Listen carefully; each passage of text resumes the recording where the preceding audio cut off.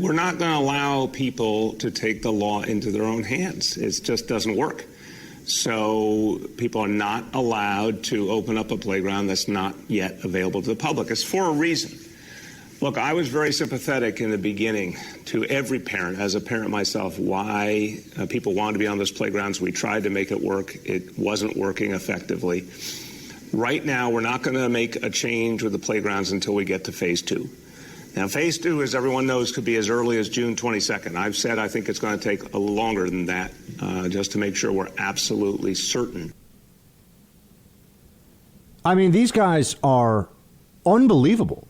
De Blasio here is explaining to you why they will not allow children in broad daylight, in sunshine, in 75-degree weather to go out into a playground in New York because of COVID. And thousands of people can gather in protests and stand there for hours and hours and hours every day. Remember, it's not children need to wear masks and then they can go to a playground. It's no playgrounds. Not allowed.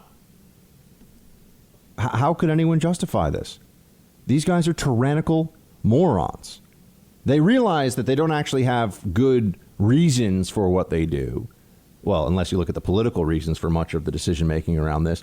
But they understand that the moment that they start to cede the, respect my authority or else mentality, people ask questions about other things. Ultimately, what the mayor's power really rests on? The willingness of the NYPD to enforce these laws. The mayor can say whatever he wants all day long, unless the cops are going to show up and actually make sure that you can't go into the playground and either write citations for people or effect arrests. People can just decide to do what they're going to do. So I would wonder at this point, if we weren't so in the midst of a mass brainwashing campaign because of the COVID panic, then perhaps we would be able to be in a circumstance where I could count on my fellow Americans here in New York. And this is true of other cities, too, that are dealing with this now. You're just not hearing about it. I mean, look at what's going on in Seattle. But where is the willingness to disobey stupid orders from the government? This is a dumb order. This is not rooted in science. This is not rooted in the data, as Fauci would say. It's not the data. It's about the mitigation. And, we're not sure. Yes, no, maybe so. That's where we are on all this. You have, and Governor Cuomo, who is the single worst example of how anybody could handle this whole pandemic. I mean, Governor Cuomo has still not really answered or explained how anyone could be so stupid. I mean, I understand what his reasoning was, which was you got to take seniors out of hospitals as quickly as possible because we're going to run out of hospital beds and we're going to run out of ventilators. That never happened, never even came close to happening. They're trying the same thing, though, now in other states. Oh, is your state going to run out of hospital beds? Oh, they're trying the panic that worked in New York. They're pushing it elsewhere, Remember, that panic allows the people that are pushing it to do whatever they want, to take away whatever rights of yours they want. And for those of you who say, oh, Buck, you're just talking about New York. No, they're trying this in Texas. They're trying this in Florida. They're trying this in other states now, too. Oh, the numbers are rising.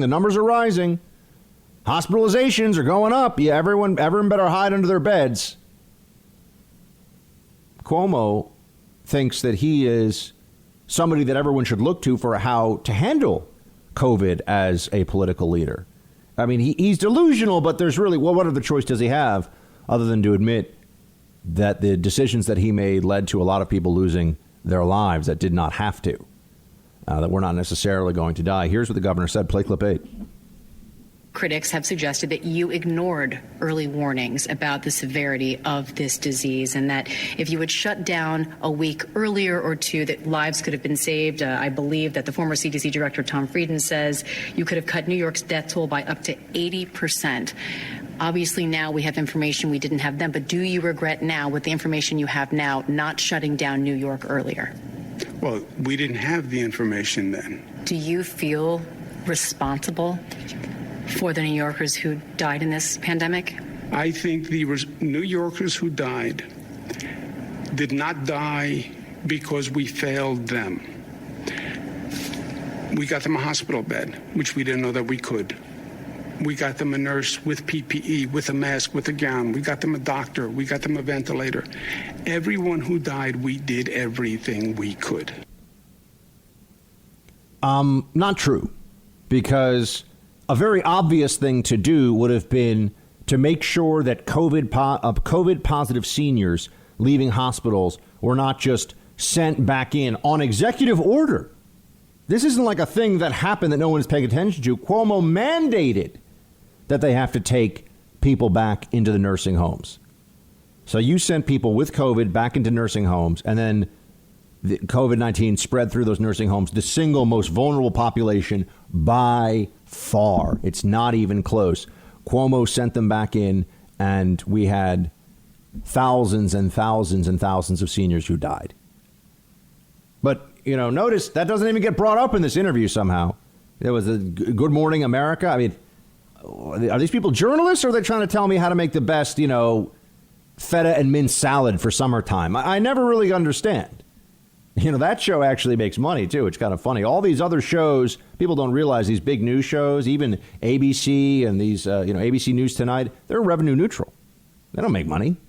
They're not big money makers, because the left understands the need to have the narrative out there, and the liberal control of all these major media corporations guarantees that they'll fund things that don't make money that they still think are important. We don't do that in conservative media. Oh, no. On the right, we don't do that. Hey, Team Buck, thank you so much for watching The First on YouTube. If you like this video, please click that little thumbs up button so then it will log as liked. And also, if you want to see more great content from The First, please click subscribe.